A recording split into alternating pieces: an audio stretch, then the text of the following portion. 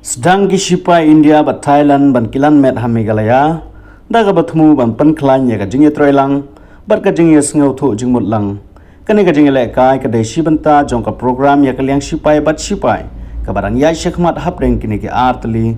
kiri ki sipai jong ka Indian Army bat Royal Thai Army ki simbanta ha ka join army exercise jong ka Maitri arajar arpusan ha foreign training note Umroi Cantonment, ha Shillong, Meghalaya ha ka Arterik, Unailur Arajar Arpsan. Ka edition ka bakat sao jong ka India Thailand Joint Military Exercise ka Maitri 14. Kalasdang ha ka Snginingkong, Shitarik Unailur Arajar Arpsan, daga jing pilipaj ba ha ka Joint Training Note ha Umroi Meghalaya. Ka nega jing ile kai kalong nadu ka Shitarik hadu ka khat sao Tarik Unailur.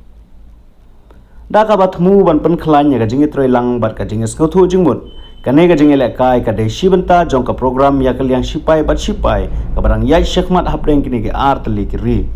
ya ka edition baladep la pelong ha fort wachira prakan hatak province Thailand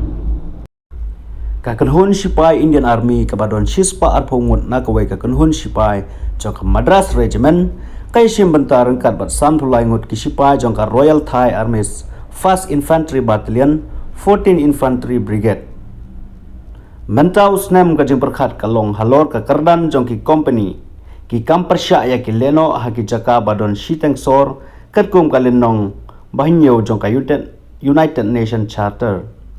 Ki jingai jing hikai ki kanthop ya ki tactical drill ka joint planning ka weapon skills ka jingla ban sya hakamet bat ki kam hiartma.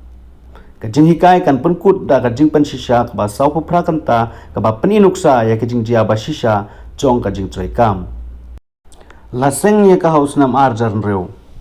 ka exercise Maitri kadang long ka benta ba kongsan jong kajing ya trailang hakaliang kajing ya dari ka ba penpau ya kajing sim benta lang jong ka India bat ka Thailand na ka benta ka jingsuk jingsngai bat jingshong suk shongsan ha ka Thai